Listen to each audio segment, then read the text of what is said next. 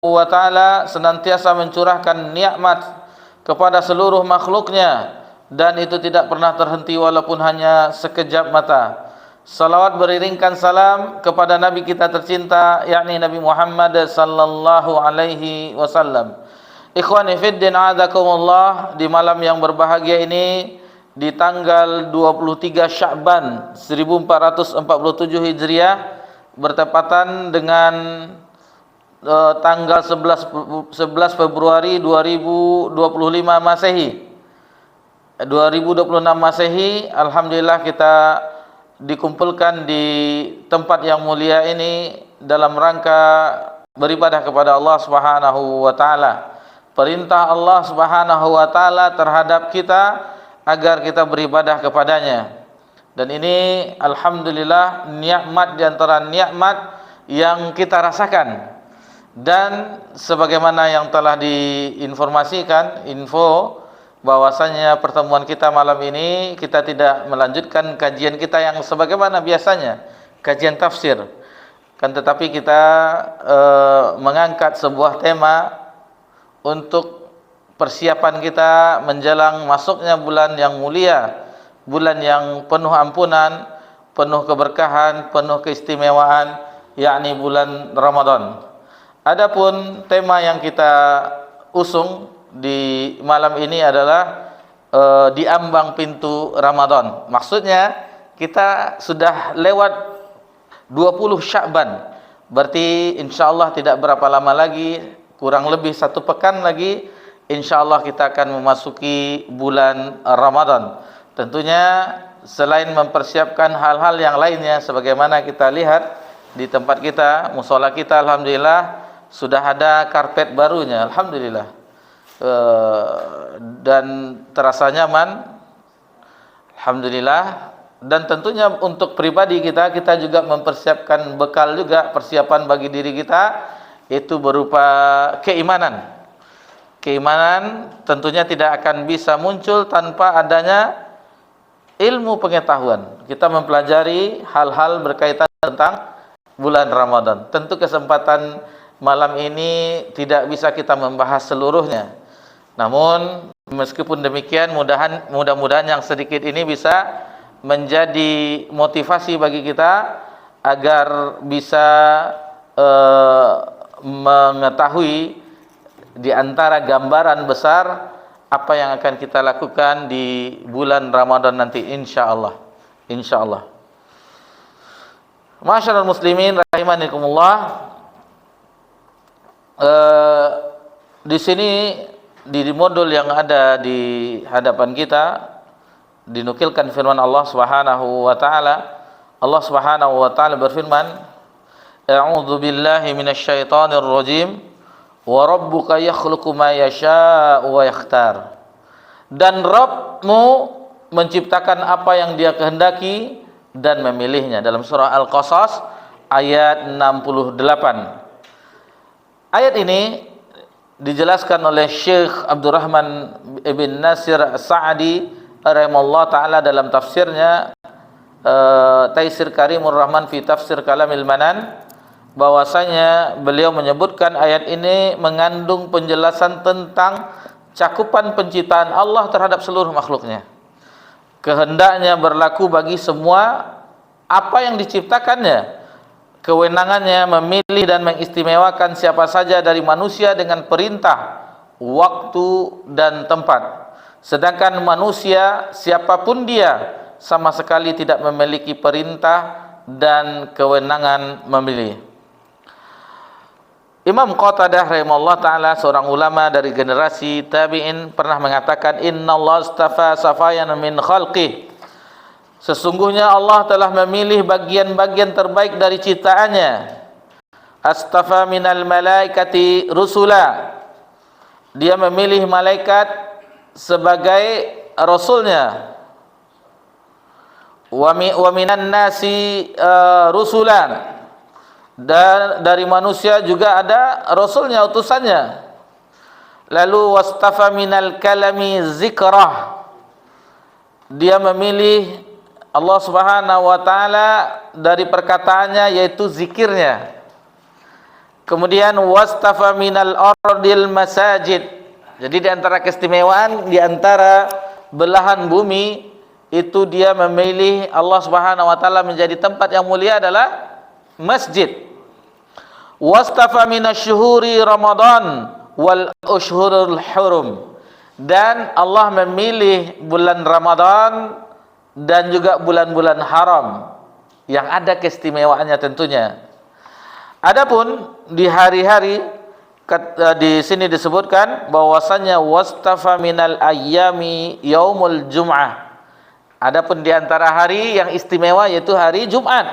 Wastafa minal layali lailatul qadr. Dan di antara malam-malam itu yang mulia adalah Lailatul Qadar. Fa'azzimu ma'adamallah. Lalu maka agungkanlah apa yang diagungkan oleh Allah. Fa innama tu'azzamul umur bima 'azimullah bihi inda ahlal fahmi wa ahlal aqlil.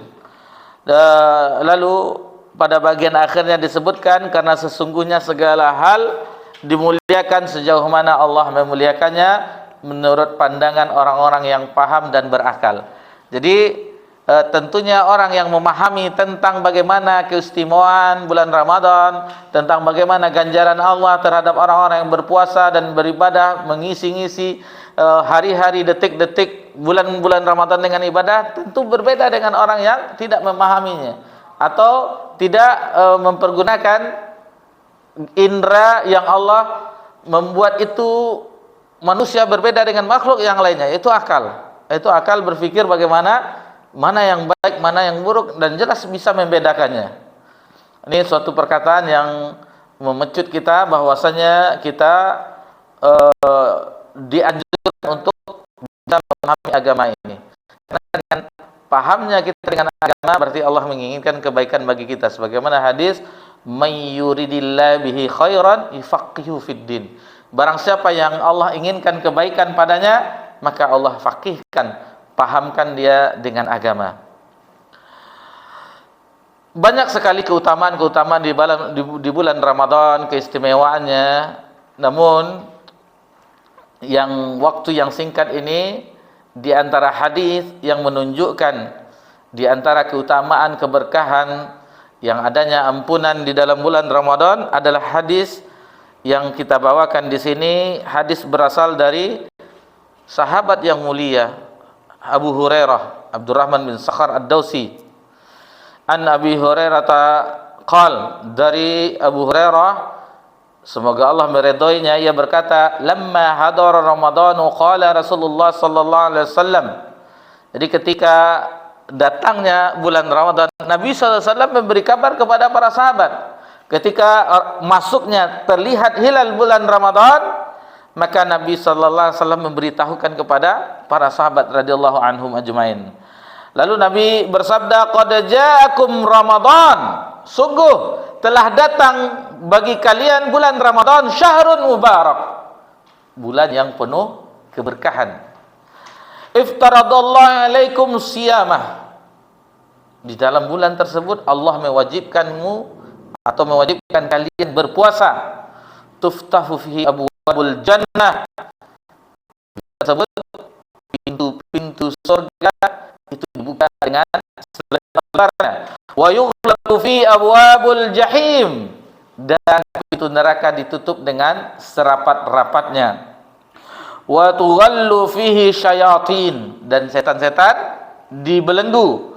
Fihi lailatun khairun min alfi syahrin, di dalam bulan Ramadan tersebut terdapat suatu malam yang lebih baik daripada 1000 bulan.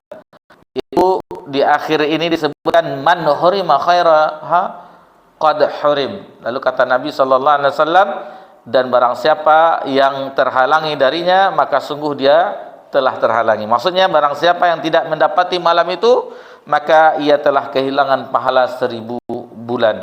Hadis ini diriwayatkan oleh Imam Ahmad di dalam musnadnya, kemudian nomor 6851, dan Imam An-Nasai di dalam sunannya. Imam Abu Abdurrahman Ahmad bin Syu'aib An-Nasai yang wafat tahun 303 Hijriah, di dalam sunannya. Jadi hadis ini sanadnya sahih sebagaimana yang diteliti oleh ulama-ulama ahlul hadis. Kita ambil pelajaran dari hadis-hadis ini, kita petik pelajaran apa saja yang bisa kita ketahui dari hadis yang baru saja sama-sama kita dengarkan. Yang pertama yaitu syahrun mubarak, bulan yang diberkahi.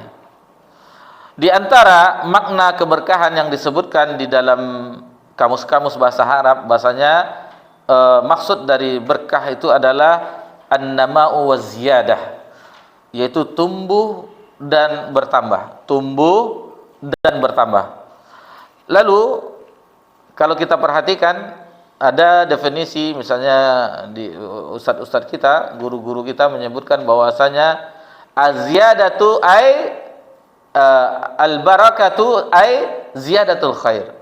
Keberkahan itu adalah bertambahnya kebaikan atau banyaknya yang menetap. Jadi itu maknanya. Maka ketika Nabi SAW menyebutkan qad ja'akum Ramadan syahrun mubarak, telah datang kepada kalian bulan Ramadan, bulan yang diberkahi, maksudnya adalah bulan yang memiliki kebaikan yang sangat banyak, bahkan kebaikannya tetap. Jadi selama satu bulan itu tidak pernah berkurang kebaikan di dalamnya, tetap, dan banyak sekali kebaikan di dalam bulan tersebut. Jadi ini tambahan bagi kita bahwasanya keberkahan ya, karena sering kita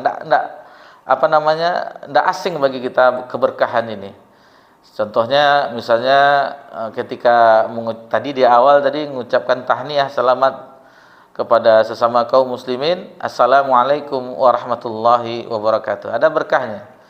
Kemudian ada orang yang walimah, didoakan agar mendapatkan keberkahan, yaitu barakallahu laka wa baraka alaika wa jama'a bainakuma fi khair. Kemudian ada terkadang kita berjumpa dengan guru-guru kita, ustadz-ustadz, atau kita pun memberikan terhadap anak-anak ya, kalau kita berjumpa salaman, barakallahu fiik, barakallahu fikum, semoga Allah memberkahimu.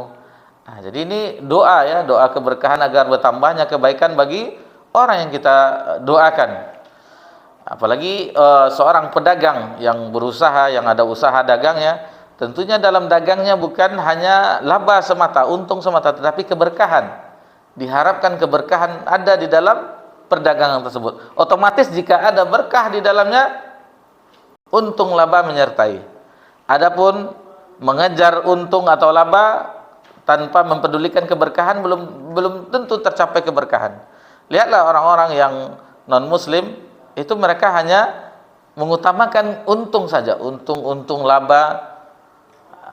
Sementara kaum muslimin adalah keberkahan. Karena dengan keberkahan itu, harta yang kita dapat, itu kita bisa memberi nafkah kepada keluarga, kita bisa memberikan nafkah kepada orang tua yang masih memiliki orang tua.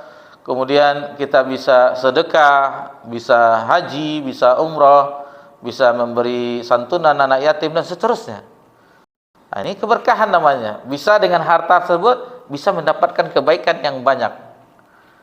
Nah, kalau orang yang tidak ada keberkahan dalam hartanya, paling upgrade HP dari iPhone sekian, iPhone 16 misalnya. Kemudian mobil ini upgrade ke mobil yang lebih mewah lagi. Rumah ini ke rumah yang ini. Jadi perihal dunia saja, tidak ada kebaikan untuk akhirat. Itu namanya keberkahan yang kita maksudkan. Begitu juga keberkahan dengan amalan. Kita diberkahi amalan kita, yaitu misalnya dari pagi kita sudah bangun, bisa sholat malam, kemudian sholat subuh, sholat sunat subuh, zikir pagi, kemudian membaca Al-Quran. Itu keberkahan waktu kita namanya, diisi dengan amal soleh. Keberkahan ilmu yang kita dapat, kita amalkan, dan sebagian dari yang Allah pilih itu bisa mendakwahkannya. Semuanya kita sebenarnya ada kontribusi di dakwah, tetapi mungkin caranya berbeda. Ada yang menyediakan tempat kajian, ada yang menyiarkan langsung misalnya, ada yang mensupport dari hal-hal yang banyak sekali yang tentunya, atau dengan yang lainnya banyak sekali, dengan lembaga pendidikan dan seterusnya, atau dengan harta. Jadi banyak sekali yang bisa memberikan kontribusi. Lalu apa saja kebaikannya? Kemudian Nabi melanjutkan dengan di dalam hadis yang baru saja kita bawakan di awal tadi, iftaradallahu alaikum siyamah. Allah mewajibkan kepada kalian berpuasa di bulan tersebut, di bulan Ramadan. Jadi puasa yang diwajibkan itu adalah di puasa di bulan Ramadan. Ada lagi puasa yang wajib. Apa itu puasa yang wajib dalam bulan Ramadan? Mungkin ada yang lupa ya. Puasa nazar. Barakallahu fiik. Puasa nazar ketika kita bernazar, seandainya begini-begini saya akan berpuasa. Jadi nazar itu menjadi wajib ditunaikan, dibayar istilahnya. Nazar yang awalnya itu tidak wajib menjadi wajib. Apapun, misalnya bersedekah, ini dan seterusnya, kebaikan, bukan hanya sekedar puasa. Apabila itu dinazarkan, maka itu jadi wajib. Ikhwani fi din azakumullah, kewajiban terdapat tentang puasa ya, terdapat di dalam Al-Qur'an, terdapat dalam hadis dan ijma' para ulama. Kita tidak bawakan semua dalil-dalilnya, tentu akan memakan waktu. Di antaranya dalilnya adalah di halaman yang ketiga, Allah Subhanahu wa taala berfirman, "Ya ayyuhalladzina amanu kutiba alaikumusiyam kama kutiba alal ladzina min qablikum la'allakum tattaqun." Hai orang-orang yang beriman, diwajibkan atas kamu berpuasa sebagaimana diwajibkan atas orang-orang sebelum kamu agar kamu bertakwa. Jadi tentang takwa ini telah kita singgung di kajian kita sebelumnya, di kajian tafsir, bagaimana kedudukan takwa ini sungguhlah kedudukan yang tinggi seorang hamba yang Allah berikan kepada hambanya. Dan salah satunya dengan Allah perintahkan beribadah, berpuasa di bulan Ramadan. Tentunya juga dengan doa kepada Allah, belajar agama Allah, dengan takwa sebenar-benarnya haqqa tuqatih. Lalu dengan doa juga. Dengan doa Allahumma inni as'alukal huda wat tuqa wal afafa wal ghina. Minta kepada Allah. Atau Rabbana hab lana min azwajina wa dzurriyyatina qurrata a'yun waj'alna lil muttaqina imama. Minta kepada Allah ketakwaan tersebut. Jadi diusahakan takwa tersebut. Tentunya semua jalan-jalan kebaikan di dalam agama yaitu dengan talabul ilm, dengan belajar, dengan menuntut ilmu, menjauhi hal-hal yang diharamkan dengan menuntut ilmu. Adapun definisi takwa yang sering kita dengar, takwa, nasihat takwa, ittaqillahi hatsuma kunta, usikum bittaqwallah, usikum binafsi bittaqwallah, di khatib-khatib mewasiatkan. Lalu apa definisi takwa? Takwa adalah mengamalkan perintah Allah dan menjauhi larangan Allah. Itu yang secara ringkasnya. Atau sebagian ulama mengatakan takwa adalah hati-hati, yang mana seseorang berjalan tanpa alas kaki, lalu ada duri atau pecahan kaca. Tentu dia akan hati-hati agar tidak terluka kakinya. Itu yang takwa. Jadi orang yang bertakwa adalah orang yang hati-hati. Di sini dibawakan definisi takwa, ini bisa dilihat di Tafsir Ibnu Katsir, Al-Hafidz Ibnu Katsir membawakan definisi ini yang dikatakan oleh ulama terdahulu. Talaq bin Habib Al-Anazi rahimahullah taala berkata, takwa adalah al-amalu bi taatillah. Takwa adalah mengamalkan ketaatan kepada Allah ala nuri min Allah, di atas cahaya Allah. Maksudnya di atas dalil, di atas syariat Allah Subhanahu wa taala, raja'u sawabillah, dan mengharap pahala Allah Subhanahu wa taala, ganjaran dari Allah Subhanahu wa taala. Kemudian takwa wa tarki ma'asillah, itu meninggalkan maksiat kepada Allah ala nurin minallah, di atas cahaya Allah, di atas dalil, makhafata azabillah, dan takut terhadap azab Allah. Itulah takwa. Kemudian hadis, di dalam hadis tentang wajibnya puasa bulan Ramadan, yaitu hadis dari Ibnu Umar, an Abi Abdurrahman Abdullah bin Umar bin Khattab radhiyallahu anhuma qala sami'tu an-nabiy sallallahu alaihi wasallam yaqul bunya islamun ala khamsin, sesungguhnya Islam itu dibangun atas 5 perkara. Yang pertama yaitu syahadati alla ilaha illallah wa anna muhammadar rasulullah, wa iqamis shalah, wa itaiz zakah, wa hajjil bait, wa saumu ramadan, wa saumi ramadan. Rawahul Bukhari wa Muslim.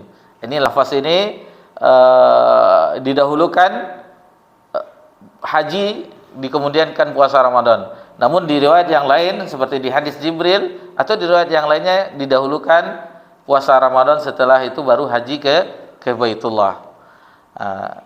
Kita mungkin heran kenapa ini diakhirkan.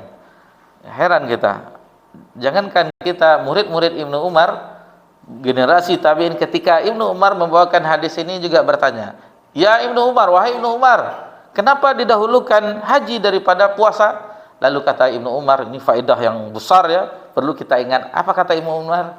Begitulah yang saya dengar dari Nabi SAW. Perhatikan di awalnya, sami'atun Nabi sallallahu alaihi wasallam. Aku telah mendengar, telinga ini mendengar dari Nabi SAW. Jadi apa yang didengar dari Nabi, itulah yang disampaikan tanpa merubah-rubahnya. Adapun sahabat yang lain ada yang mendengar dari Nabi bahwasanya puasa didahulukan baru haji. Nah, jadi ini tidak masalah, ini hanya sekedar faedah ilmiah. Begitulah seharusnya kita menyampaikan agama Allah. Amanah dalam menyampaikan agama Allah. Karena kata Nabi SAW, balighu anni walau ayah. Sampaikanlah dari Nabi SAW, bukan dari yang lainnya, bukan dari ulama-ulama, dari syekh, dari ini, tapi dari Nabi. Karena itulah yang agama. Walau ayah, walaupun satu ayat dari Nabi, bukan dari selain Nabi sallallahu alaihi wasallam. Jadi kalau kita perluas di perlapang misalnya, ini orang ini punya ulama juga, Khawarij juga punya ulama, Murji'ah ada juga ulama, Syiah ada imam 12-nya yang maksum, yang melebihi kenabian derajatnya. Bahkan imamnya tersebut itu lebih mengetahui daripada Tuhan. Ini bahayanya, kufurnya akidah Syiah Rafidah. Kemudian tentang wajibnya puasa Ramadan itu ijma' para ulama. Ulama terdahulu dari generasi sahabat, tabi'in, aimatul arba' dan sampai sekarang dan sampai ke zaman itu kita yakin bahwasanya tidak ada ulama yang khilaf. Misalnya ada ulama, berbeda ulama dalam masalah kewajiban puasa bulan Ramadan. Tidak ada. Buka kitab-kitab ulama terdahulu yang klasik dan kontemporer, tidak ada dijumpai khilaf ulama terhadap kewajiban puasa. Karena ini jelas rukun Islam yang 5 tentang puasa di bulan Ramadan. Jadi rukun itu, yang namanya rukun itu tidak boleh tinggal, tidak boleh dihilangkan. Karena itu wajib ya, kalau tidak ada maka batallah. Misalnya dia tidak meyakini, tidak wajib puasa itu, mana wajib? Bikin mati kita, bikinnya haus ini. Kafir, kufur. Nah, ini hati-hati tentang masalah rukun. Begitu juga rukun iman. Saya meyakini seluruh rukun iman kecuali tentang takdir, seperti qadariyah, mengingkari takdir, kufur. Bukan kita yang mengatakan, para ulama mengatakan. Sehingga Ibnu Umar mengatakan, katakan kepada mereka, saya berlepas diri terhadap mereka, mereka pun berlepas diri terhadap saya, kata Ibnu Umar. Ini yang namanya rukun itu tidak boleh ditinggalkan. Sama kita sholat, tidak sujud kita, sujud rukun, Al-Fatihah rukun. Lalu tinggal masalah Al-Fatihah masih khilaf ulama ya, karena ada hadis dari Abi Bakrah yang mana Abi Bakrah mendapatkan ruku, maka dia tidak menambah rakaatnya, terwakilkan bacaan Al-Fatihahnya dengan imam, karena ruku dapat dia rakaat. Namun tentang yang lainnya seperti sujud dan yang lainnya tertinggal, maka tidak bisa diganti dengan sujud sahwi. Atau haji dia tidak wukuf di Arafah di tanggal 9, Al-Hajju Arafah, tidak wukuf dia di Arafah, pulang hajinya tahun depan. Tapi susah sekarang, tidak bisa tahun depan. Kecuali kita ada koneksi dengan Kemenak, baru bisa. Tapi kalau tidak ada koneksi, ya jangan harap. Antrian 25 tahun. Riau tidak tahulah, Pekanbaru tak berapa sekarang. Jadi ketika ada panggilan misalnya untuk ibadah haji yang reguler tentunya, maka usahakan. Tidak mungkin, kalau dahulu mungkin di tahun Bapak mudah dulu ya Pak ya, daftar langsung berangkat ya Pak ya. Ada pakai tunggu-tunggu. Itu masih mudah. Sekarang daftar, sekarang tak kapan lagi berangkatnya. Jadi masih mendingan tahun 90-an atau di bawah 2010 lah, 2000 ini masih lah. Tapi kalau dah sekarang jangan harap. Sebagian tidak sabar diambilnya uangnya kembali, ambil umroh saja. Tidak boleh. Kita store, meskipun kita meninggal, yang penting kita sudah ada niat untuk berangkat haji. Jangan diambil-ambil uangnya. Biarkan, yang penting itulah bentuk niat kita untuk bisa menunaikan rukun di antara rukun Islam yang 5. Jadi mengenai bulan Ramadan itu ada kebaikan tersendiri di bulan tersebut. Adapun tentang pembahasan keutamaan ibadah puasa itu ada pembahasan khusus juga. Keutamaan bulan Ramadan, keistimewaan, kemudian ada keutamaan puasa, itu beda lagi. Tentu tidak bisa kita bahas di sini secara detail. Kita hanya mengambil gambaran umumnya. Dengan kajian ini kita berada di ambang pintu, namanya kita pintu, lihat-lihat kan. Misalnya kita di pintu itu tadi lihat, karpetnya baru 4 dipasang, ada yang belum. Itu namanya melihat-lihat. Jadi di ambang pintu Ramadan kita lihat-lihat apa yang kita lakukan. Insya Allah ketika masuk di bulan Ramadan, ini yang akan kita lakukan. Itu maksudnya dari kajian kita. Hanya sekilas melihat-lihat apa yang akan kita lakukan, yang Allah mudahkan bagi kita yang kita lakukan di bulan Ramadan yang akan datang insya Allah. Jadi mengenai keutamaan bulan puasanya lagi tadi bulan Ramadan, kita selipkan hadis masih dari Abu Hurairah tentunya, dan hadis ini diriwayatkan oleh Imam Bukhari dan Imam Muslim. Lafaz ini milik Imam Bukhari, karena ada lafaz lainnya. Ini lafaz yang kita bawakan di sini, lafaz dari Imam Bukhari. Rasulullah SAW bersabda, itu di halaman 4. Qala Allah, jadi hadis ini hadis qudsi. Allah berfirman, yang mana hadis qudsi itu adalah firman Allah yang lafaznya dari Nabi SAW. Kullu amal ibni Adam lahu. Setiap amalan anak cucu Adam itu baginya. Nanti insya Allah akan kita bahas riwayat yang lainnya.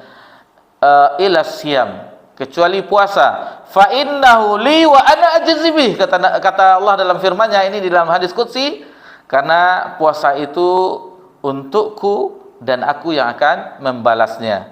Wasiyamu junnah, puasa itu adalah perisai, sebagaimana dijelaskan oleh Imam Nawawi dalam syarah Minhaj Sahih Muslim, ketika mensyarah Sahih Muslim, itu junnah untuk bagi pemuda, itu untuk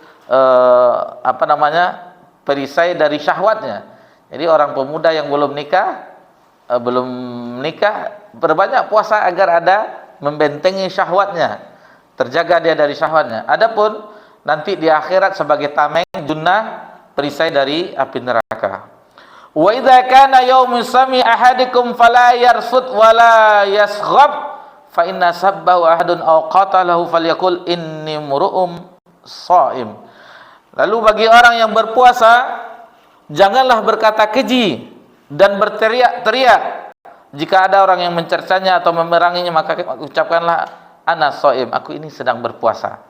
Ini faedah yang bisa kita ambil dari ini, bahwasanya yang puasa itu bukan hanya menahan lapar dan dahaga saja, bukan haus lapar saja, tetapi semuanya dijaga.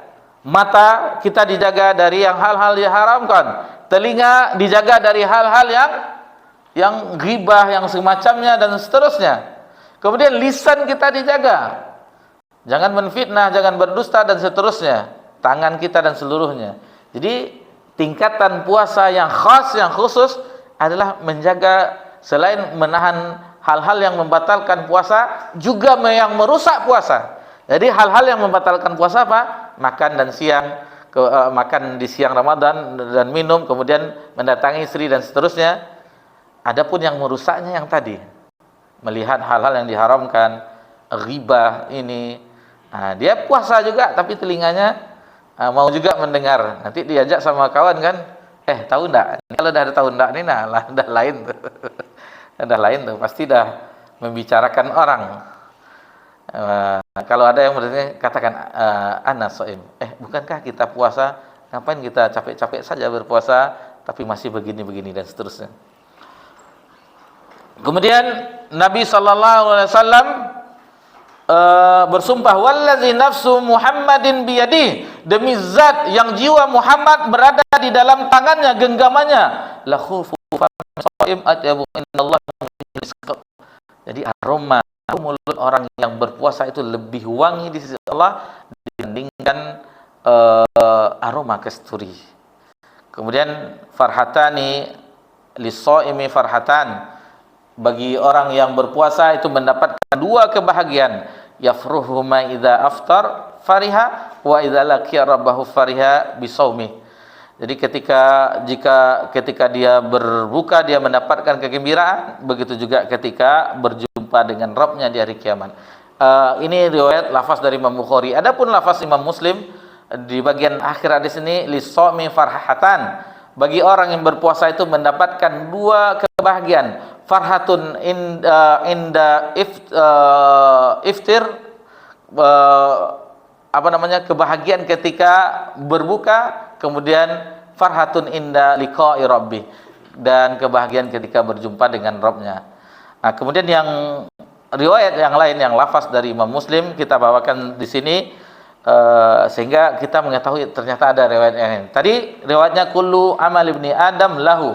Sementara riwayat Imam Muslim kullu amal ibni adam yudha'aful hasanatu asyru amsalha illa sab'ati di'fin. Setiap amal anak Adam akan dilipat gandakan 10 kali lipat sampai 700 kali lipat. Qala Allah azza wa jalla, lalu Allah taala berfirman, illa shaum, kecuali puasa, fa innahu li wa ana ajiz bih, karena puasa itu untukku dan aku yang akan membalasnya. Ini riwayat yang lainnya dikatakan bahwasanya anak cucu Adam itu mendapatkan satu kebaikan 10 kali lipat pahalanya sampai 700 kali lipat. Nanti kita bawakan ayatnya. Namun yang kita perhatikan illa siyam fa innahu li, kecuali puasa karena untukku. Karena puasa itu amalan yang spesial untuk Allah. Kalau yang amalan lain nampak kita ganjarannya 10 kali lipat, 700 kali lipat bagi orang yang berinfak fisabilillah. Adapun puasa itu untuk Allah, bukan untuk siapa-siapa, untuk Allah. Bisa saja seseorang itu di siang hari puasa berbuka di tempat yang ada spanduk-spanduk demikian di siang hari Ramadan. Atau wanita muslimah tidak tertutup kemungkinan, misalnya dia tidak ada hal-hal haid atau yang lainnya, lalu suaminya pergi keluar bekerja, misalnya anak-anaknya sekolah semua, tinggal di rumah. Ini kulkas padat nih, kulkas padat. Abang tidak ada, anak-anak tidak ada, merdeka. Lalu dibukanya kulkas, makan dia siang. Tidak ada yang tahu, tapi Allah tahu. Itu makanya itu bagi Allah. Jadi tidak bisa yang menipunya, tidak bisa. Istilahnya Allah akan mengetahuinya. Adapun suami istri bisa ditipu, tetapi Allah mengetahuinya apakah dia masih berpuasa atau tidak. Adapun ayatnya yang tadi kita sebutkan di halaman halaman kelima, sebagaimana firman Allah Subhanahu wa taala yang 10 kali lipat. Allah Subhanahu wa taala berfirman dalam surah Al-An'am ayat 160, "Man jaa'a bil hasanati falahu asyru amsalha." Barang siapa yang membawa amal baik baginya 10 kali lipat amalnya. Wa man jaa'a bis sayyi'ati fala yujza ila mithla wa hum la yuzlamun. Dan barang siapa yang membawa perbuatan jahat, maka dia tidak diberi pembalasan melainkan seimbang dengan kejahatannya, sedang mereka sedikit pun tidak dianiaya atau tidak dirugikan. Bayangkan, ketika kita berbuat baik, Allah beri ganjaran 10 kali lipat, sementara keburukan dicatat dengan 1 saja. Ini kasih sayang Allah Subhanahu wa taala dan pahala yang berlipat ganda dari sisi Allah. Adapun yang 700 kali lipat itu dalam surah Al-Baqarah ayat 261. Matalul ladzina yunfikuna amwalahum fi sabilillah kamathali habbatin anbatat sab'a sanabila fi kulli sunbulatin mi'ata habba.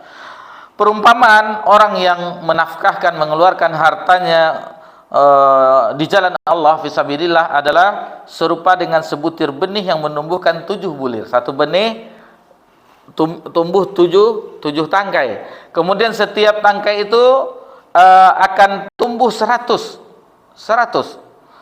Nah, jadi 7, setiap 7 itu 100, berarti 700 kali lipat. Wallahu yudha'ifu liman yasha. Allah melipat gandakan ganjaran bagi siapa yang dikehendakinya. Wallahu wasi'un alim. Dan Allah Maha luas karunia lagi Maha mengetahui, sampai 700 kali lipat. Ini ketika di masa panceklik ketika di zaman Nabi SAW masa penceklik, barang-barang kebutuhan itu diborong oleh dibeli dari Syam atau negeri yang lainnya oleh Utsman bin Affan. Datanglah pedagang-pedagang menawar, dibeli 2 kali lipat keuntungannya, 5 kali lipat, 10 kali lipat, dan seterusnya, agar ketika dapat mereka akan bermain di pasar karena barang langka, mau dijualnya berapa keuntungannya. Lalu kata Utsman, saya enggak jual 5 kali lipat, 10 kali lipat, 50 kali lipat, saya enggak jual. Saya maunya 700 kali lipat, kata Utsman bin Affan radhiyallahu anhu. Tidak ada seorang pun saudagar yang sanggup memberi keuntungan 700 kali lipat. Siapa pula itu yang 700 kali lipat, wahai Utsman, kata para saudagar. Lalu kata Utsman, Allah yang memberi 700 kali lipat. Lalu disedekahkannya 700 kali lipat keuntungannya. Nah, ini mana ada hadir bagi kita. Wak Bali bermiliar-miliar lalu sumbangan tidak mungkin. Tapi seorang Utsman bin Affan yakin apa yang di sisi Allah Subhanahu wa taala. Dan kesempatannya, kan, ini bukan masalah alkes. Ini kesempatannya orang panceklik, makanan tidak ada. Ini kan sebenarnya kesempatan harga melambung tinggi. Tapi Utsman memilih berniaga dengan Allah Subhanahu wa taala, ingin mendapatkan 700 kali lipat keuntungan. Maka semuanya diinfakkannya untuk yang membutuhkan. Azan ya. Azan. Tafadhal.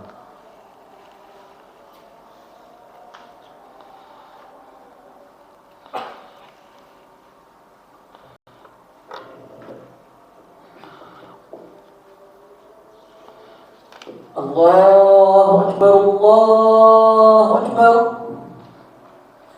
Allahu Akbar, Allahu Akbar.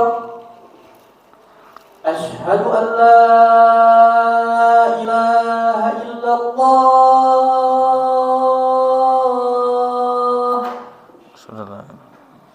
Asyhadu an la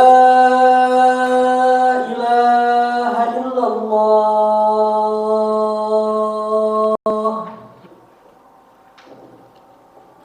Asyhadu anna Muhammadar Rasulullah.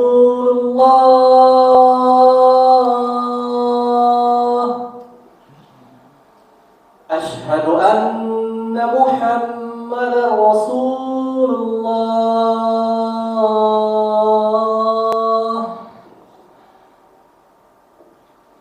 Hayya 'alas shalah.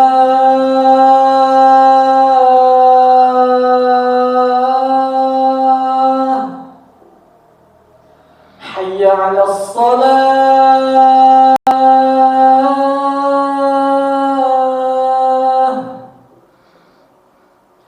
Hayya 'alal falah.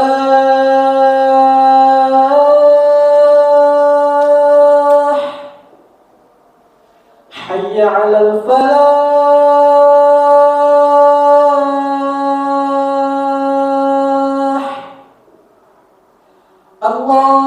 Allahu Akbar, Allahu Akbar. La ilaha illallah.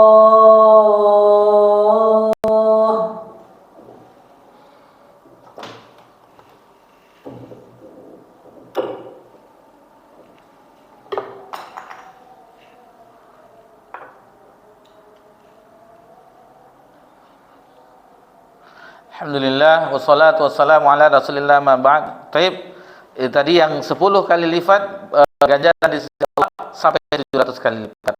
Illa siyam, kecuali puasa. Innahu li wa ana ajzibi. Karena puasa itu untukku dan aku yang membalasnya. Lalu teringat kajian tadi pekan yang lalu di dalam surah Al-Baqarah ayat 45, apa kata Allah dalam firman-Nya tersebut? Wasta'inu bis-sabri was-shalah. Maka minta tolonglah dengan sabar dan salat. Nah, jadi di dalam penafsiran tersebut Al-Hafiz Ibnu Katsir, sabar itu salah satu penafsirannya adalah puasa. Puasa karena bulan Ramadan adalah bulan sabar.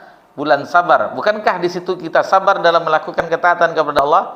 Itu puasa. Puasa itu dengan kesabaran bisanya.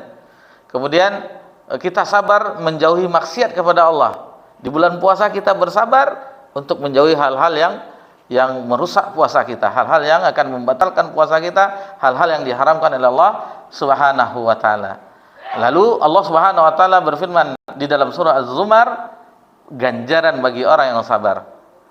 Maksudnya bagi orang yang berpuasa yang tanpa batas, fa innahu li wa ana ajzi bih, karena puasa itu untukku dan aku yang akan membalasnya. Apa kata Allah dalam surah Az-Zumar ayat 10? Innama yuwaffas sabiruna ajrahum bighairi hisab. Ini tidak ada balasannya. Istilahnya tanpa batas. Sesungguhnya hanya orang-orang yang bersabarlah yang dicukupkan pahala mereka tanpa batas.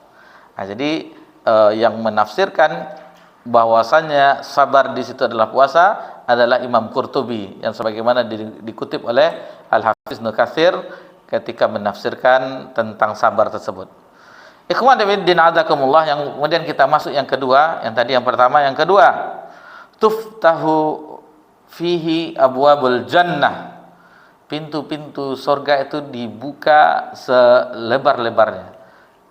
8 pintu surga dibuka dengan selebar-lebarnya. Dan untuk orang yang berpuasa khusus pintunya, yaitu pintu Ar-Rayyan. Jadi ada pintu jihad, ada pintu salat, ada pintu sedekah, pintu surga itu namanya. Adapun untuk orang berpuasa khusus, tidak boleh yang lain masuk kecuali orang yang berpuasa, yaitu pintu Ar-Rayyan. Dan semua pintu itu dibuka di bulan Ramadan. Jadi, kita bisa menyaksikan diri kita sendiri bagaimana di bulan Ramadan dimudahkan oleh Allah. Terasa mudah bagi kita untuk melakukan kebaikan. Di masjid-masjid kaum muslimin itu 5 hari pertama di salat tarawih itu sampai ke teras.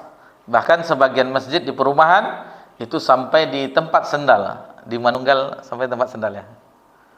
Enggak, di Panam sebagian perumahan itu sampai di tempat sendal bawah, ada di luar, di tangga mau naik, sampai di situ orang sholat pakai sajadah. Lalu pada pengurus masjid, ini masjid kita tidak cukup lagi, tapi untuk 5 hari cuman. Setelah 5 hari berlalu, apalagi menjelang akhir-akhir Ramadan, sudah tinggal jamaah yang biasa.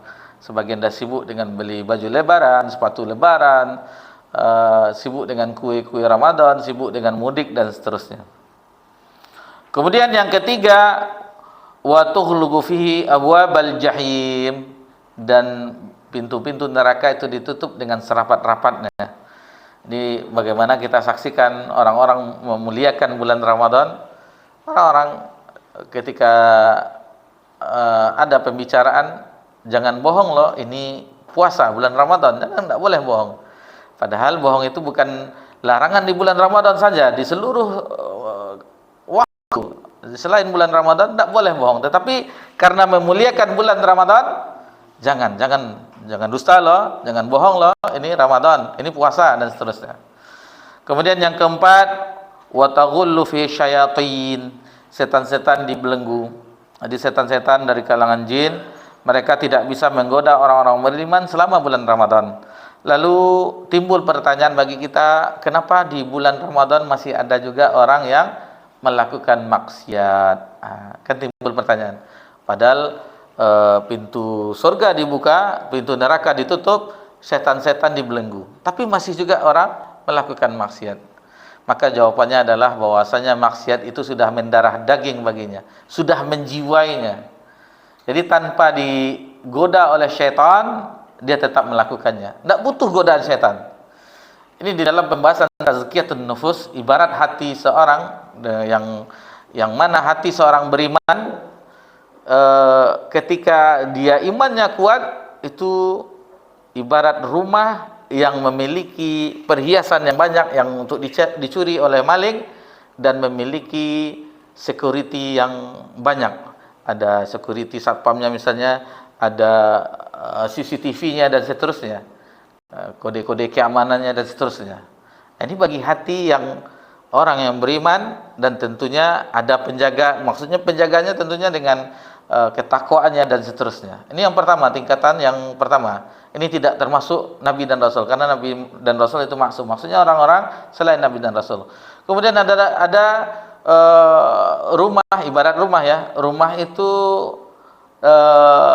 terkadang dia ada isinya, tetapi terkadang karena kecerobohan lupa nguncinya, masuk maling, lupa nguncinya, atau dicongkel grendel pintunya dan seterusnya, masuk maling. Karena ada sesuatu yang dicuri di dalam, tapi tidak lengkap keamanannya. Dan ada rumah itu tidak ada isinya kuali, alat-alat dapur, tidak ada perabotan, tidak ada ini emas yang disimpan, tidak ada. Kata maling itu apa masuk rumahnya? Walaupun dibuka pintunya nak masuk maling, nambah dosa aja nak ada kada ambil, masak kuali kada ambil kan. Jadi ini ibaratnya kata Imam Ibnu Qayyim bahwasanya pencuri itu adalah syaitan. Jadi syaitan ibarat orang yang tadi kita katakan kenapa bermaksiat, ya dia rumahnya tidak ada isinya, tidak ada hal-hal yang perlu dicuri. Walaupun tidak dikunci, rumahnya tidak dijaga, Anda akan dicuri oleh maling.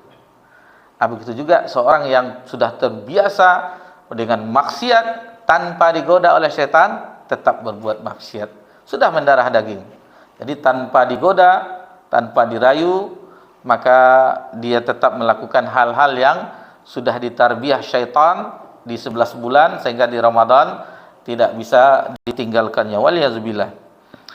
Ada hadis lain yang bahwasanya malaikat itu memanggil orang-orang yang beriman di bulan Ramadan, sebagaimana sabda Nabi sallallahu alaihi wasallam yang mana yunadi munadi.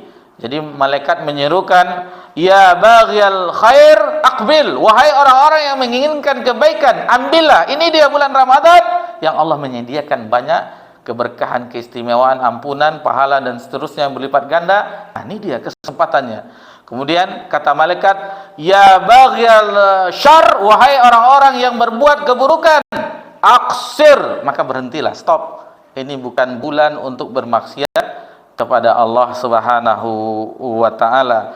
Jadi seruan malaikat kepada hati-hati kaum mukminin inilah yang semakin membuat seseorang itu bersemangat melakukan amal soleh dan menjauhi dosa dan maksiat. Dan seruan ini hanya ada di bulan Ramadan. Kemudian di halaman berikutnya, halaman ke-7, yang kelima, fihi lailatun khair min alfi syahrin. Di dalamnya ada malam yang lebih baik daripada 1000 bulan.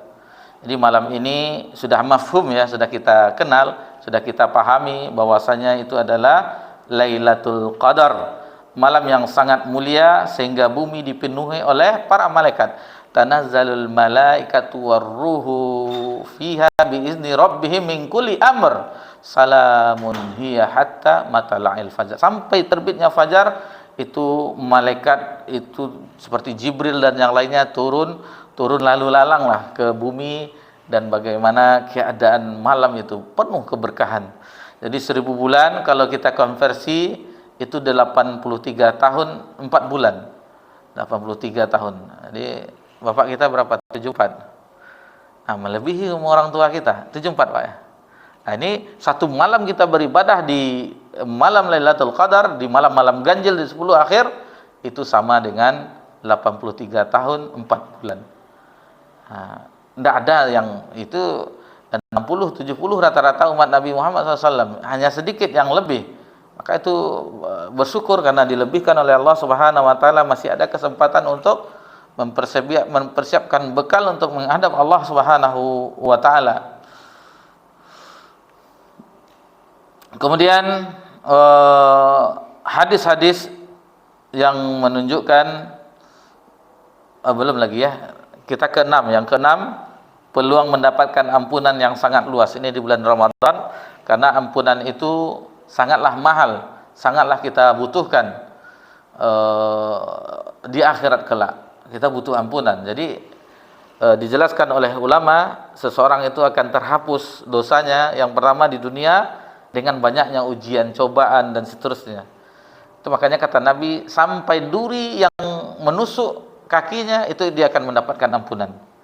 Jadi jangan kita hina orang yang banyak ujian di dunia, karena itu akan menghapus dosanya dan menaikkan derajatnya. Para nabi dan rasul itu paling keras atau paling banyak ujiannya, asyaddul bala, seberat-beratnya ujian adalah para nabi dan rasul, kemudian yang semisalnya, kemudian dan semisalnya. Jadi orang yang kita lihat ini orang ini menderita kali, banyak kali ujian, jangan kita siapa tahu kita enggak tahu Allah dengan hal demikian menggugurkan dosa-dosanya. Kemudian ketika seseorang diberatkan sakaratul maut, jadi tidak semua orang yang berat sakaratul maut itu su'ul khotimah. Tidak ada jaminan orang yang misalnya ini berat, bahaya itu, tidak. Siapa tahu ketika dia naza sakaratul maut itu menggugurkan dosanya. Begitu juga di azab kubur, di azab dia di kubur, itu menggugurkan dosanya sehingga di neraka tidak diazab lagi. Begitu juga susahnya dia di yaumil mahsyar sampai keringatnya membanjirinya, menenggelamkan misalnya, tetapi dosanya tidak diazab lagi di neraka. Tapi kalau tidak diampuni dengan proses tadi, Allah tetap tidak ampuni, tentunya yang diampuni dengan disiksa dengan api neraka. Baru habis dosanya, baru bagi yang beriman baru dibangkitkan dari neraka. Ini bagi yang tidak Allah ampuni, tentu yang terakhir untuk hapusnya dosa tersebut itu dengan azab neraka. Waliyadzubillah.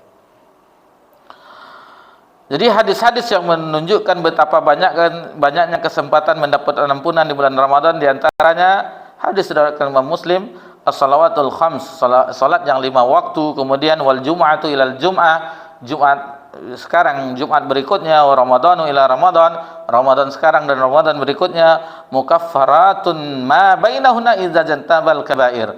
Jadi akan mendapatkan ampunan kecuali apabila dia meninggalkan dosa-dosa besar. Padahal dosa besar itu tidak semudah ini mendapatkan ampunannya. Tentu butuh taubat. Butuh taubat yang mana syarat taubat telah kita pelajari, itu dengan menyesali, kemudian beristighfar, kemudian berniat tidak melakukannya kembali, dan seterusnya. Itu terhadap Allah.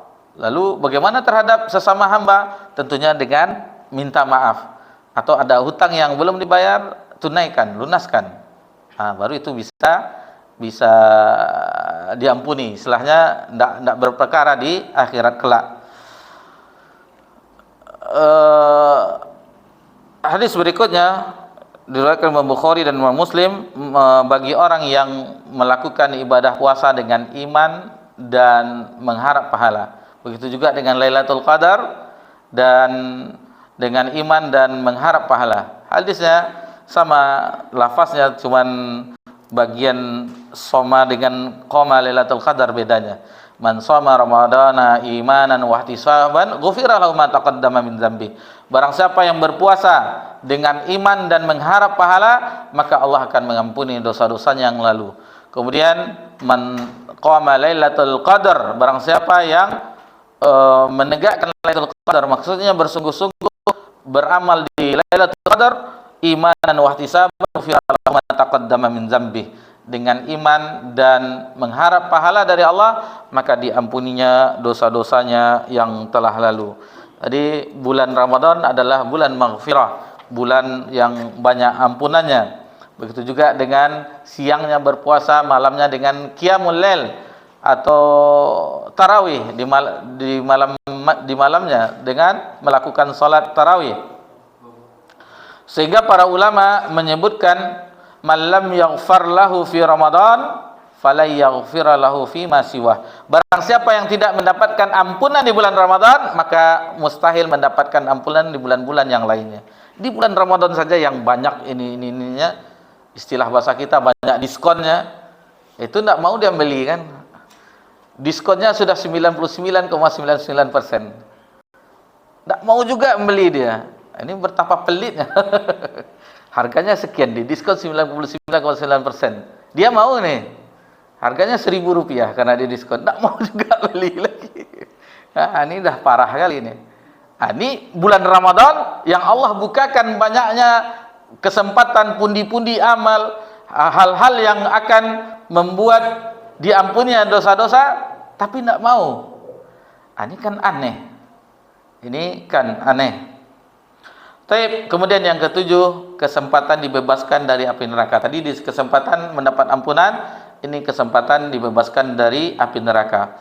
Jadi Allah Subhanahu wa taala mengeluarkan hamba-hambanya setiap malam. Nih perhatikan, setiap malam di malam-malam bulan Ramadan. Sebagaimana sabda Nabi sallallahu alaihi wasallam, "Walillahi utaqa'u minan nari wa dzalika kulla lailah."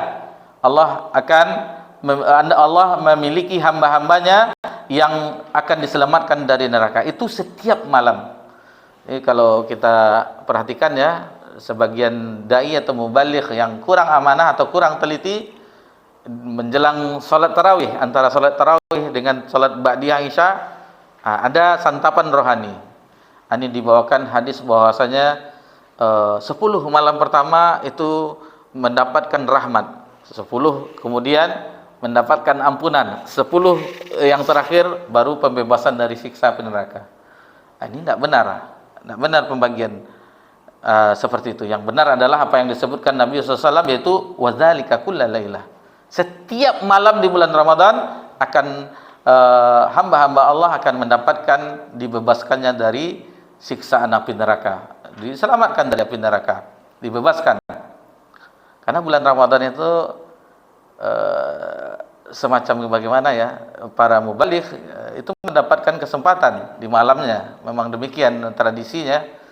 Tetapi yang kita sedikit catat ya, bahwasanya seharusnya amanah mereka. Terkadang bawakan hadis-hadis yang sanadnya bermasalah, yang maudhu' mereka tidak mengetahui, yang dhaif mereka tidak tahu, sehingga itu disampaikan kepada kaum muslimin dan muslimat, seperti summu watasihu, puasalah supaya kamu sehat. Itu hadisnya dhaif sanadnya, tidak boleh disandarkan kepada Nabi SAW. Puasalah agar kamu sehat, itu kita dengar itu. Sementara firman Allah di dalam surah Al-Baqarah, fa in kana minkum maridun aw ala safarin fa iddatu min ayamin ukhra. Apabila seseorang itu sakit atau dalam perjalanan, maka gantilah di hari yang lain. Boleh berbuka. Ini kalau kita ambil secara pikiran kita ya, tidak usah orang itu berobat, dirawat di rumah sakit, puasa saja dia supaya sehat kan. Puasa, summu wa tasihu, puasalah agar sehat, tidak perlu berobat, tidak perlu diobnami. Jadi bertentangan dengan firman Allah dan sanadnya juga dhaif. Apalagi di antaranya tidurnya orang berpuasa itu ibadah, nafasnya zikir-zikir. Jadi tidur saja kan, ini ibadah. Astagfirullahaladzim.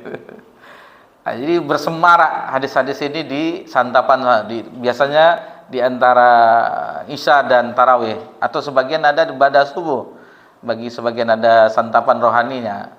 Ini kita kasihan ya terhadap saudara-saudari muslim yang hanya kesempatan belajarnya di bulan Ramadan, di hari-hari yang lain entah kemana, jadi tidak tahu mana hadis-hadis tersebut yang disampaikan oleh mubaligh. Ditambah mubalighnya kurang amanah juga. Waliyazubillah.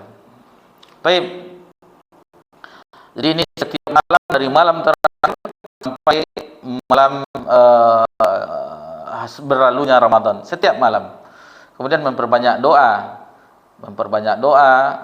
sebagaimana Nabi sallallahu alaihi wasallam di dalam ayat puasa 183, 184 syahrul Ramadan, kemudian di 185, 184 ayat ma'dudat, 185 syahrul Ramadan fil Quran, 186 ini diselipkan.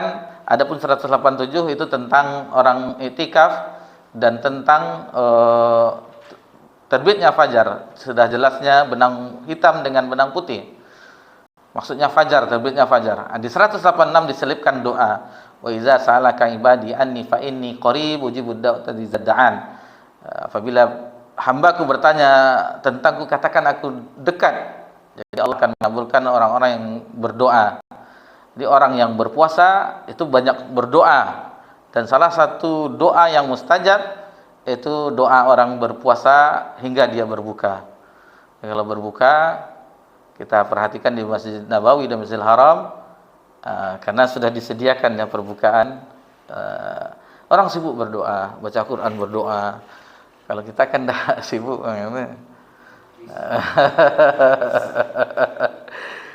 Mana salah lu tipu, salah. Kurma. Teh tarik, kopi. Masyaallah. Sibuk. La haula wala quwata illa billah. Seharusnya kesempatan untuk berdoa kepada Allah. Adapun di Lailatul Qadar tentunya itu dengan doa kata Ummul Mukminin Aisyah radhiyallahu anha, Allahumma innaka afuwun tuhibbul afwa fa'fu anni. Jadi dengan berdoa agar mudah-mudahan Allah mengampuni kita.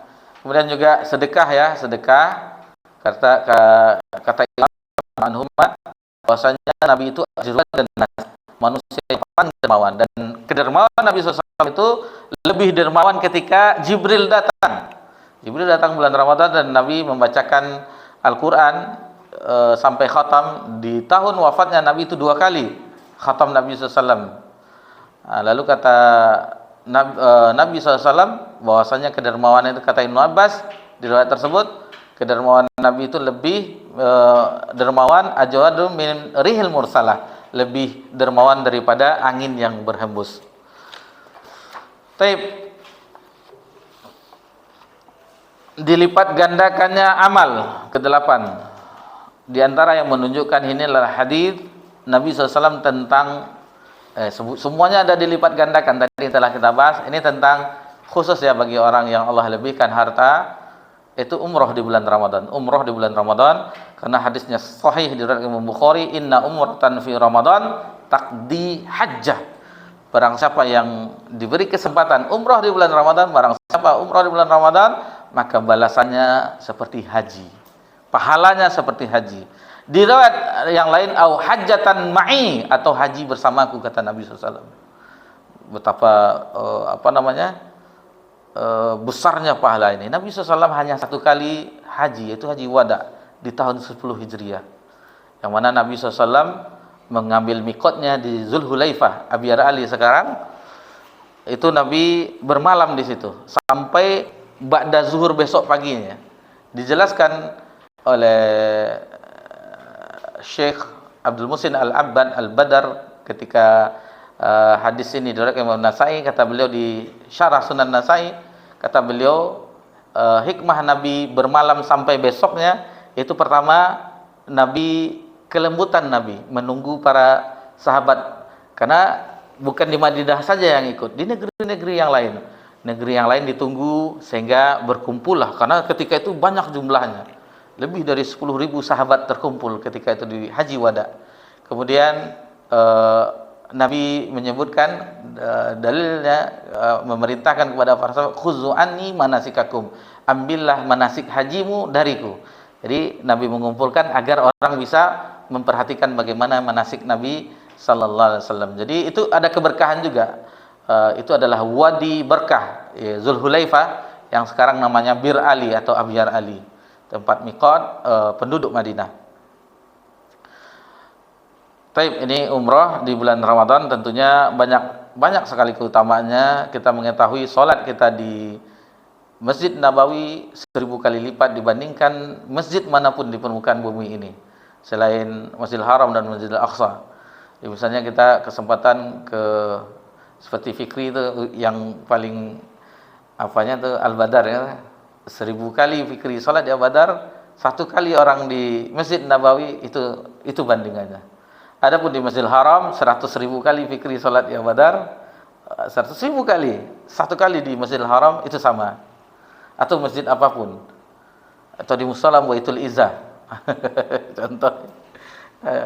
Jadi begitu banyak lipat ganda dari Allah Subhanahu wa taala. Tentunya kita harus semangat untuk menggapainya, karena bekal setelah kehidupan ini kita membutuhkan bekal tersebut. Kita sangat butuh hal yang demikian.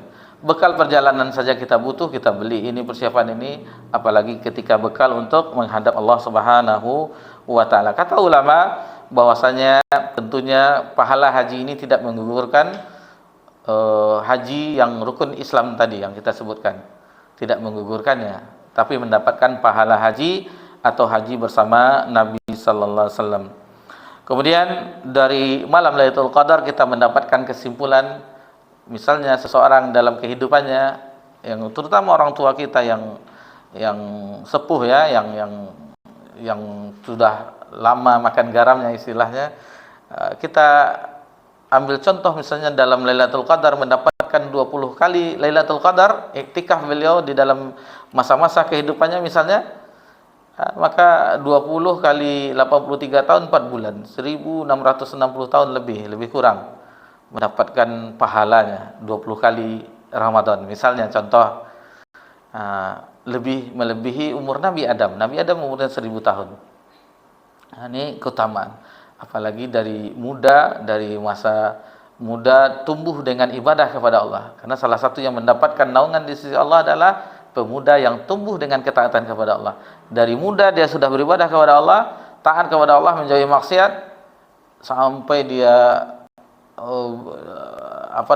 usia tua tetap beribadah kepada Allah. Iktikaf pula sebagaimana Nabi SAW bersungguh-sungguh di 10 akhir Ramadan di malam-malam ganjil tersebut mengharap adanya Lailatul Qadar, maka sudah berapa puluh kali dia mendapatkannya. Ini hitungannya. Jadi bagi belum pernah iktikaf, usahakan iktikaf, karena Nabi kita mengamalkan hal yang demikian. Atau tidak bisa siang dan malamnya, di malamnya saja, tidak bisa setiap malam ganjil, usahakan. Nanti jam 4 pulang untuk sahur, sudah cukup itu. Jadi selesai tarawih, baca Quran, biasanya tidak lama setelah itu tidur itu. Nanti bangun jam 12:30, usahakan ibadah. Biasanya ada kopi itu biasanya. Sampai jam 4 pulang kita lagi sahur. Sudah cukup bagi yang tidak ada waktu untuk iktikaf. Kemudian yang ke-9, bulan diturunkannya Al-Quran. Jadi sebagaimana kita sebutkan tadi bahwasanya semuanya berkumpulnya di Al-Quran ini ya, kebaikan, kemuliaan. Ayatnya kita tahu tadi, syahrul Ramadan allazi unzila fil Quran hudal linnas wa bainatan minal huda wal furqan. Jadi bulan Ramadan itu bulan diturunkannya Al-Quran sebagai petunjuk bagi manusia.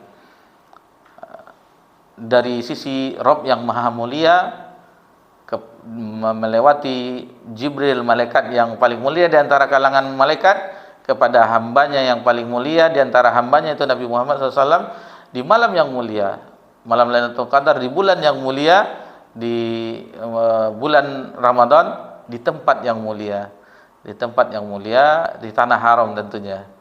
Jadi bergabunglah seluruh kemuliaan. Dijelaskan oleh ulama, kalau kita ingin mulia di sisi Allah, itu dengan Al-Quranul Karim. Jadi bulan Ramadan itu bulan ada dihubungkan dengan Al-Quran. Jadi ada beberapa amalan selain puasa bulan Ramadan.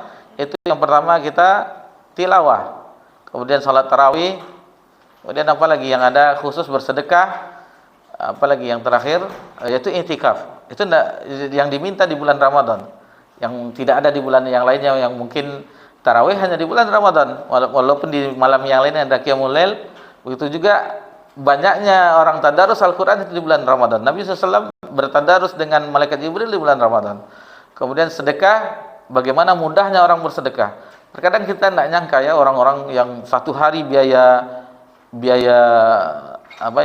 kita ambil contoh 24.700.000 satu malam, tetapi terpenuhi.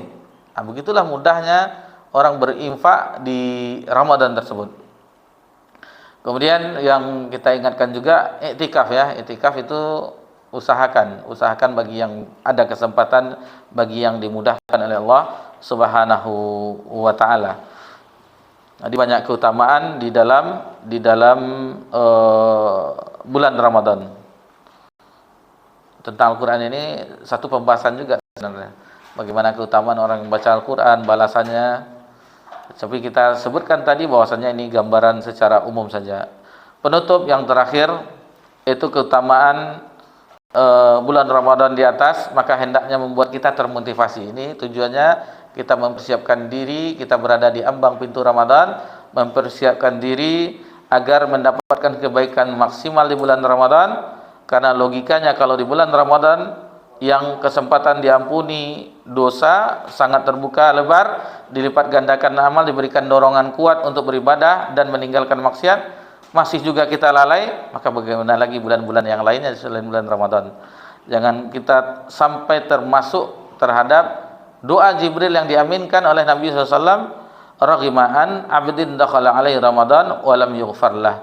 Sungguh celakalah suatu kaum yang ketika memasuki bulan Ramadan tetapi setelah berlalunya Ramadan dosanya tak diampuni. Di hadis ini riwayat Imam Bukhari di dalam kitabnya, bukan di sahihnya tetapi dalam kitab Al-Adabul Mufrad. Ini demikian yang bisa kita pelajari, wallahu taala alam. Mudah-mudahan yang sedikit ini yang secara garis poin-poin besarnya menggambarkan bagi kita persiapan kita. Tentunya yang fikih-fikih puasa dan seterusnya, hal-hal yang merusak, yang membatalkan puasa, sunat-sunat puasa, tentunya kita harus pelajari juga, atau mungkin kajian-kajian ustadz yang lain, atau kita bisa lihat membaca di buku-buku atau di video-video ustadz-ustadz yang membahas tentang ini. Jadi mudah-mudahan ini menjadi motivasi bagi kita. Dan perlu kita ingatkan juga, meskipun kita berada di ambang pintu Ramadan, kita berada di ambang pintu Ramadan, cuman tidak ada jaminannya bagi kita ya, untuk bisa masuk di bulan Ramadan tersebut. Karena Allah Subhanahu wa taala berfirman, wa kullu ummatin ajal. Setiap umat itu ada ajalnya. Iza jaa ajalun la yastakhiruna sa'atan wa la yastaqdimun. Dan apabila ajal itu telah datang maka tidak bisa dimajukan dan diakhirkan, dimundurkan. Jadi ini kita Ramadan ini, maka berbanyaklah doa, Allahumma balighna Ramadan wa barik lana fi. Mudah-mudahan kita di dalamnya juga diberkahi dan mendapat ampunan di bulan tersebut. Wa sallallahu ala nabiyyina Muhammad sallallahu alaihi wasallam wa ala alihi washabbihi ajmain walhamdulillahirabbil alamin. Wassalamualaikum warahmatullahi wabarakatuh.